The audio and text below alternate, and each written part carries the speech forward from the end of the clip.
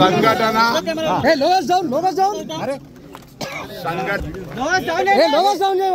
సంఘటన దురదృష్టకరం.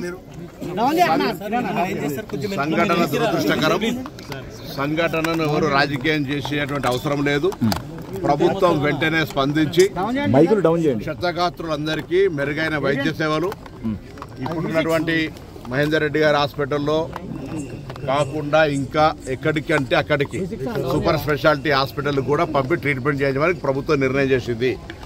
అదేవిధంగా చనిపోయినటువంటి వాళ్లకు అందరికీ ఇక్కడనే పోస్ట్ మార్టం చేసి వాళ్ళ యొక్క బాడీస్ను వాళ్ళ కుటుంబ సభ్యులకు అందజేయడానికి నిర్ణయం తీసుకుంది.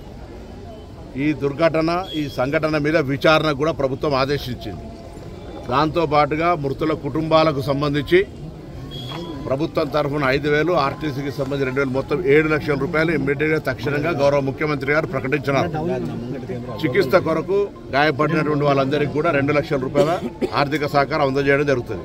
దీని తదుపరి కూడా కొంత ఇంకా పేదలు ఉంటే అక్కడ ఉండేటువంటి పరిస్థితులలో ప్రభుత్వం మాననీయ కోణం నుంచి పరిశీలన చేస్తే తప్ప ఎక్కడ కూడా ఎవరికి ఇబ్బంది కలిగే విధంగా ఉండదు. ఇందులో ఇది ఒక దుర్ఘటన. దీనికి సంబంధించి రాజకీయాలు మాట్లాడేటువంటి సరి అయినటువంటి సమయం కాదు. రోడ్డు లేదా ఇతర తదితర విమర్శలకు సంబంధించినటువంటి వేదిక కాదు ఇది. వాటి మీద తదుపరి మళ్ళీ మాట్లాడదాం. విచారణకు ఆదేశించినాం. మృతుల కుటుంబాలను ఆదుకుంటా ఉన్నాం. క్షతగాత్రులకు సంబంధించినటువంటి సరి అయిన మెరుగైనటువంటి చికిత్స అన్ని రకాలుగా మొత్తం మా ప్రభుత్వ ప్రతినిధులు అందరం కూడా ఇక్కడ ఉన్నాం. మొత్తం ప్రభుత్వం ఏంది ఇప్పుడే టెలికాన్ఫరెన్స్ చీఫ్ మినిస్టర్ గారు, చీఫ్ సెక్రటరీ గారు, గౌరవ ఈ జిల్లా ఇన్ఛార్జి మంత్రి శ్రీధర్ బాబు గారు, మా ఆర్టీసీ ఎండీ, సిపి గారు, కలెక్టర్ గారు, అందరు ఉన్నతాధికారులంతా కూడా ఇప్పటిదాకా టెలికాన్ఫరెన్స్ చేయడం జరిగింది. తక్షణమే అన్ని రకాల చర్యలు తీసుకోవాలని అన్ని డిపార్ట్మెంట్లకు సంబంధించిన అధికారులకు ఆదేశాలు ప్రభుత్వం ఇచ్చింది. కంకరకు సంబంధించినటువంటి టిప్పర్ గుర్తిన సంగతి మీరు చూసినారు.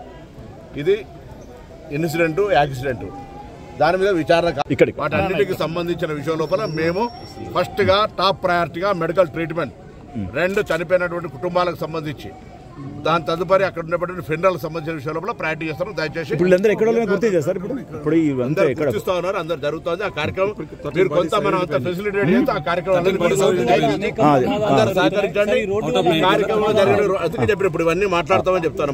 ఇప్పుడు ఎంతమంది గుర్తించారు సార్? రోడ్డు గురించి మాట్లాడతాం. రోడ్డు ఎప్పుడు ఎందుకు లేట్ అవుతుంది, ఏం జరుగుతున్నాయని వివరాలన్నీ తెలుసు కదా. మృతుల బంధువులు ఆవేదన వ్యక్తం చేస్తారు. తప్పులే వాళ్ళ గురించి వాళ్ళు మాట్లాడిన దానికి ఎవరేమంటారు బ్రదర్, వాళ్ళు మాట్లాడిన దానికి ఎవరేమంటారు. అందుకే దాని డెప్త్ డిస్కషన్ స్కోప్ ప్రయారిటీ కదా.